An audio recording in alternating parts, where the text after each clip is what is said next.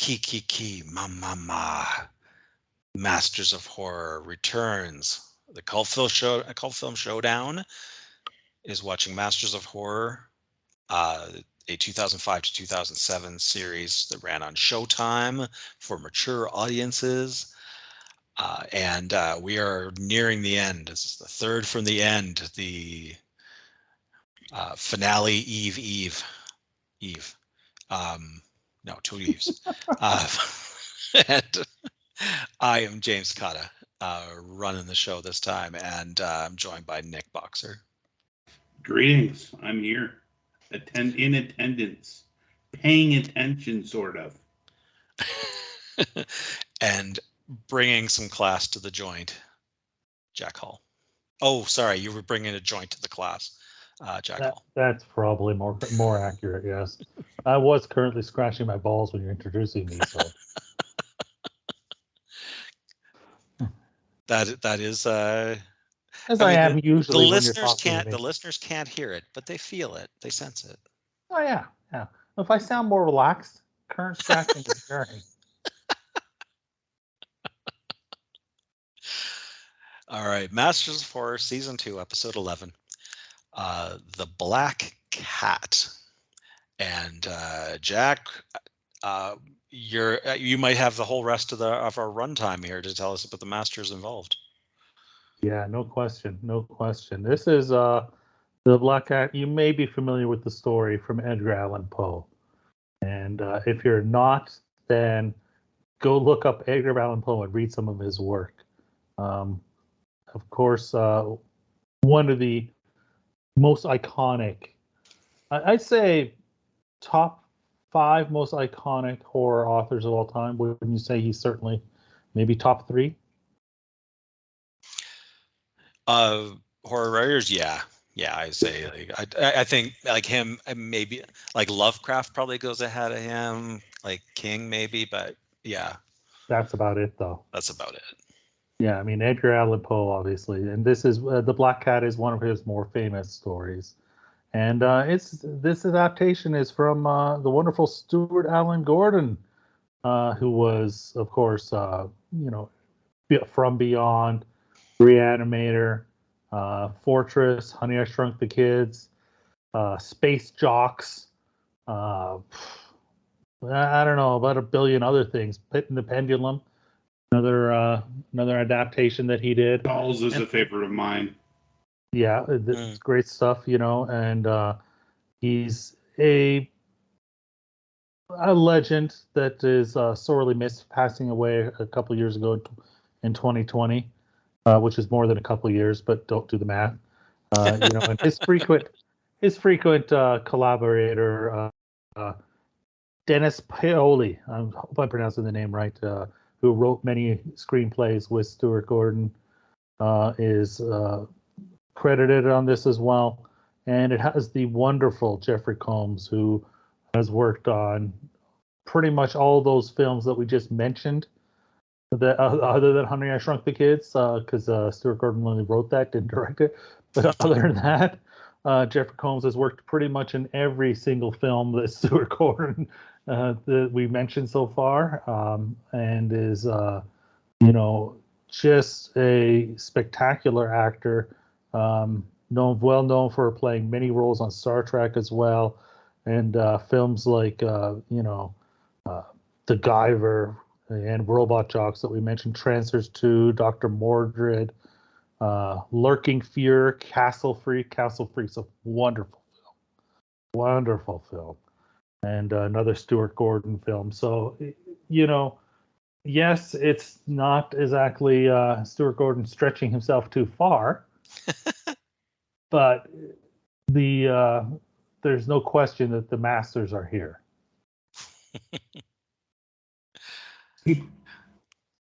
Wow. Okay. Yeah. What happens in this? It turns out Edgar Allan Poe, when he's drunk, can't kill a cat. That's about the story. No, this is obviously an allegory of alcoholism, and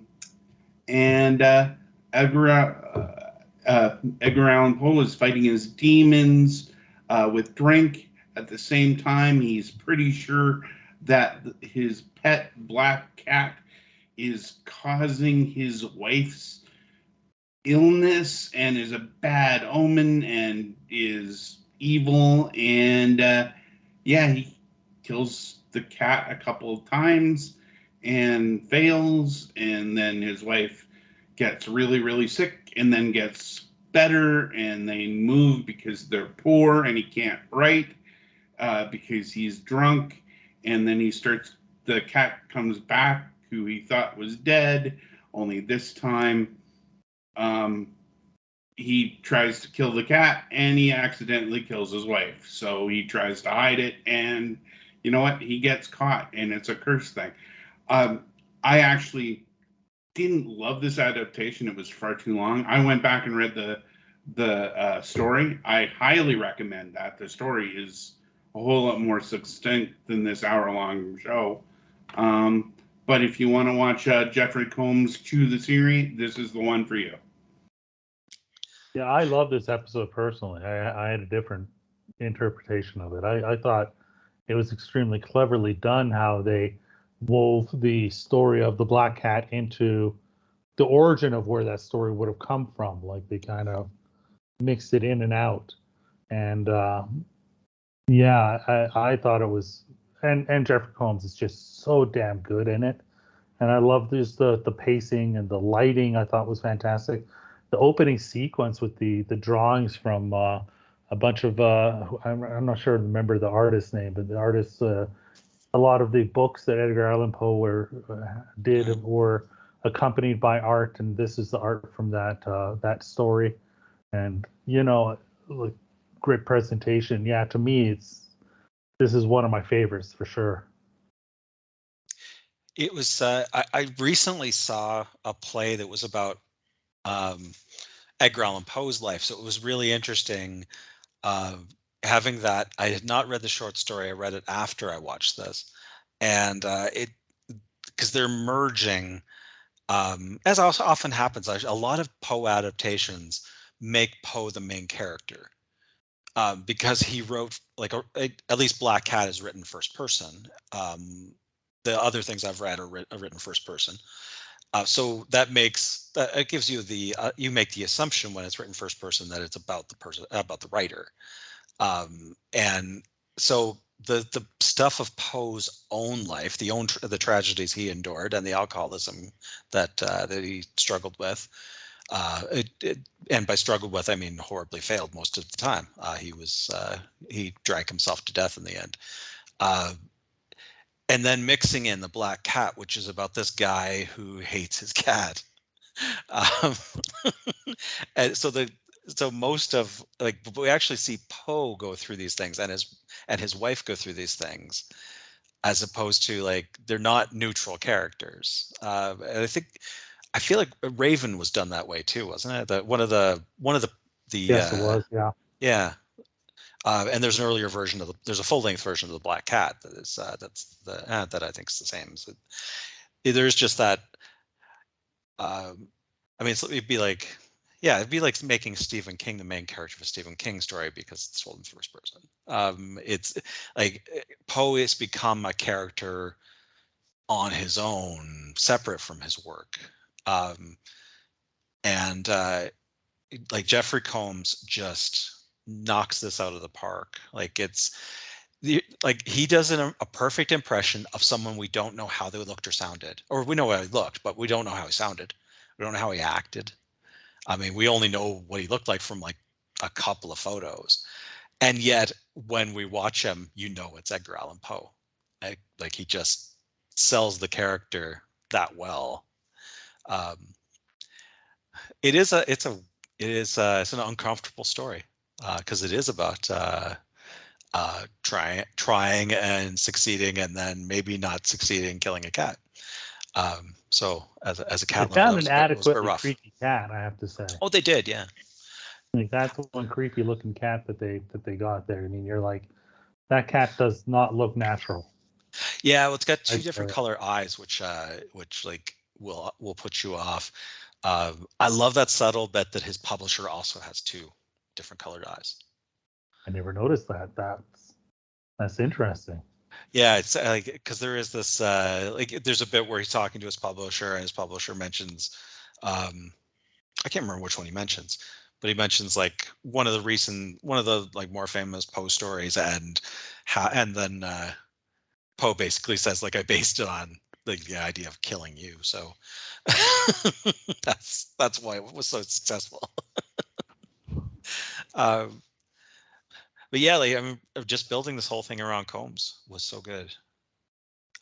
Yeah, he's just a fantastic actor. Really, I mean, it's because of the nature of like a Beyond from Beyond or Reanimator. It's you don't necessarily realize how wonderful he is. It really was when he was doing the different roles, and especially in Deep Space Nine and Star Trek.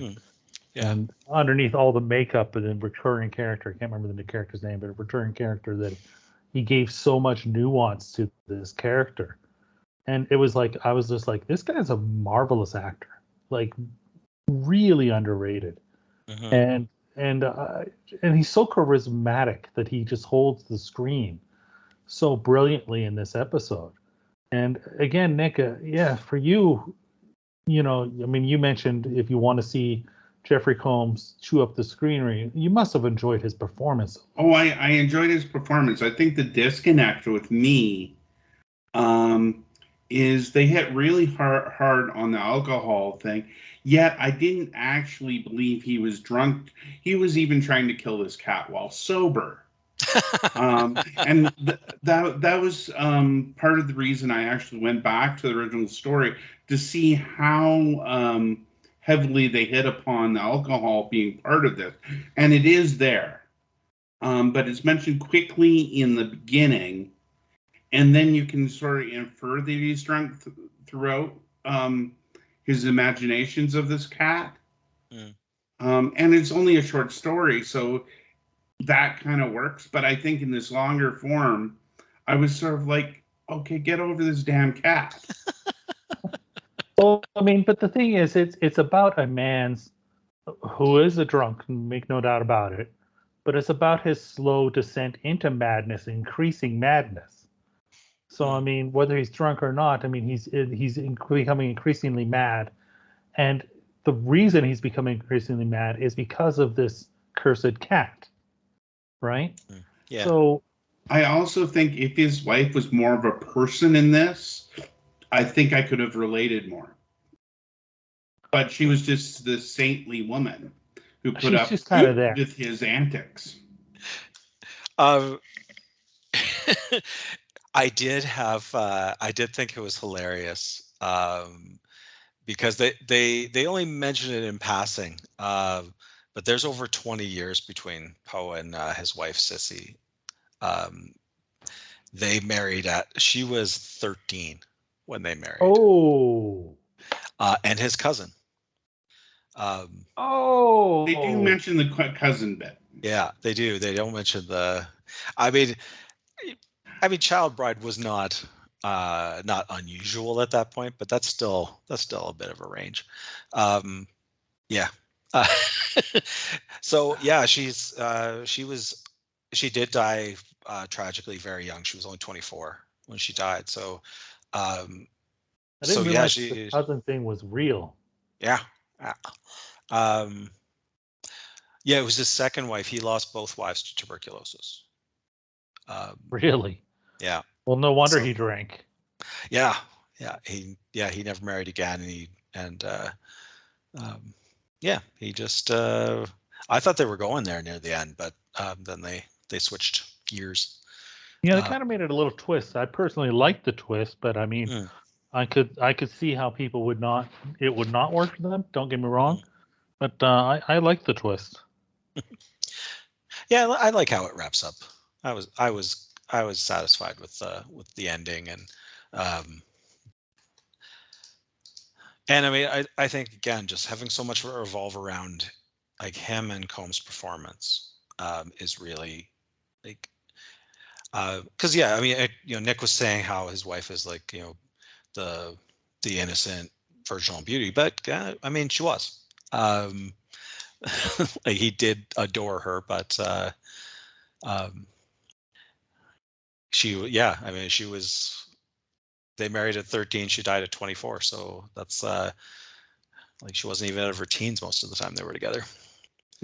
Now, the moment where he kills the wife is with an axe to the head, aiming for the cat, getting the wife instead.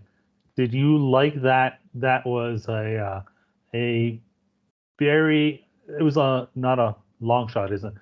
It's a shot that went on for a good duration of her with the axe to the head. It was a shocking. It was just a super graphic bit in a story that hadn't been graphic. Exactly. It was very atmospheric to that point. Like when she started having the coughing up blood, there was a lot of blood, but it was still like it was still a dramatic kind of thing. It wasn't gross. Like she coughed up blood, she didn't cough up chunks of lung to be blunt. But then like he puts that axe in her face, and her face is just split in two.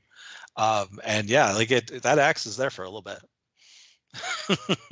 Yeah, I mean, it's like I could see how people would. I mean, I thought it was great. I was like, oh, that looks just great.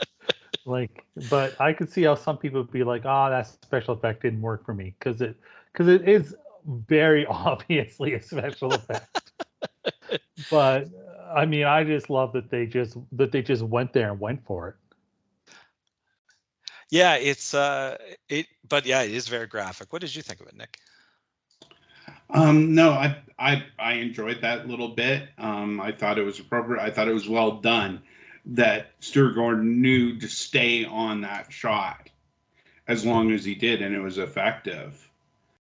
But going back to the short story, I kind of wanted a little bit of that with the cat, because in the story, I mean, Poe takes great delight in torturing the animal.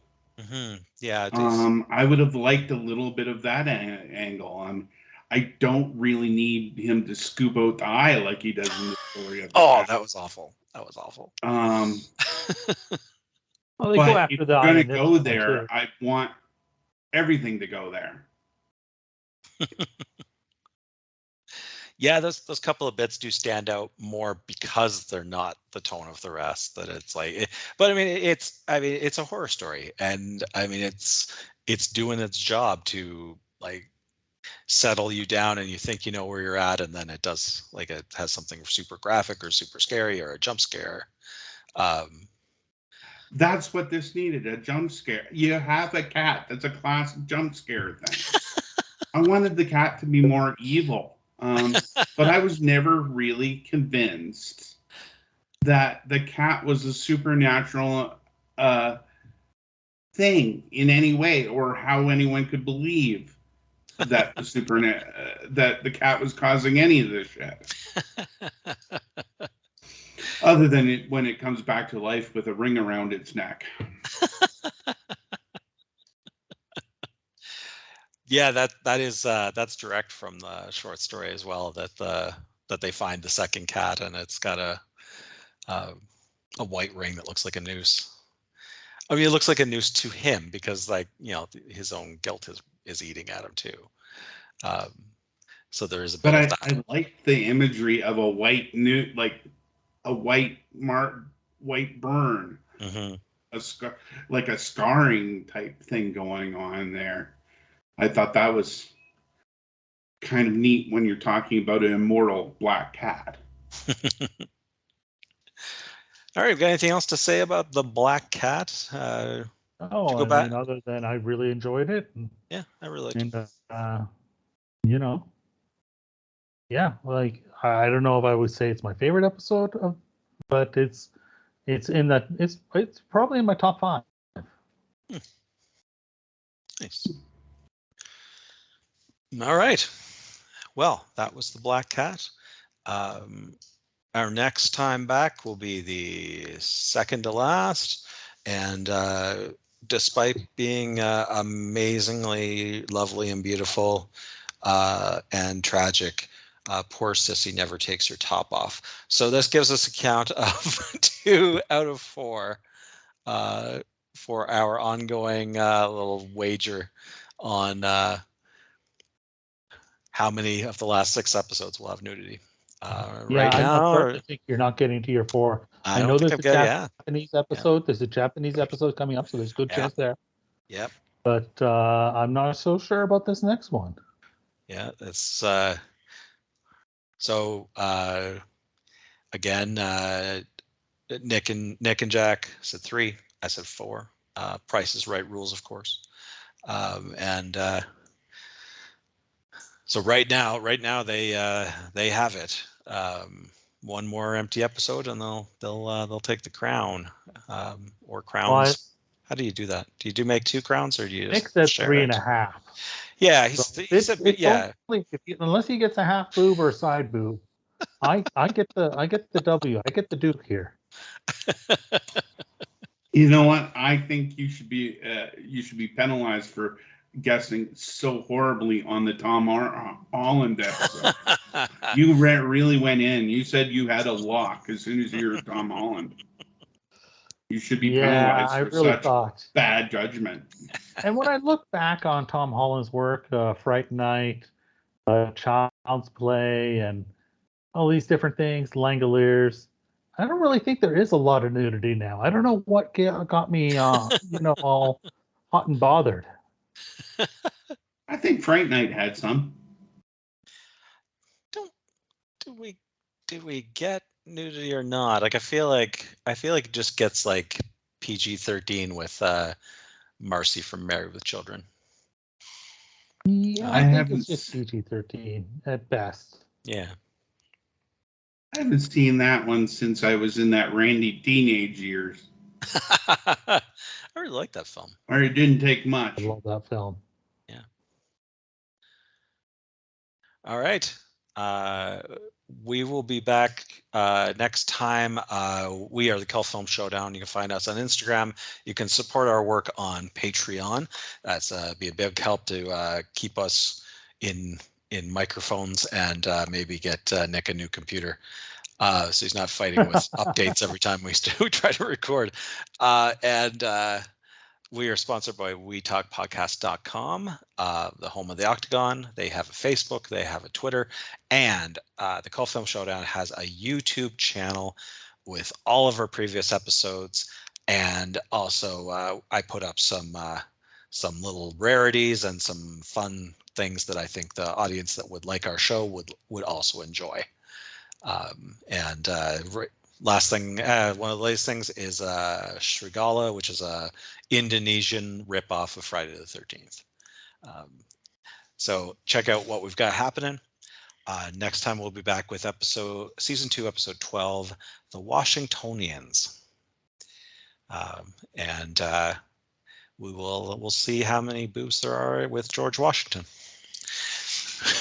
We'll talk to you next time. How many boobs there are with George Washington? Always the question. That's a little bit of a we double. all wanted to know our whole lives. That's a double. I mean, just being George Washington. Just setting up the first American government. You're surrounded by boobs. I bet you got a lot of tail.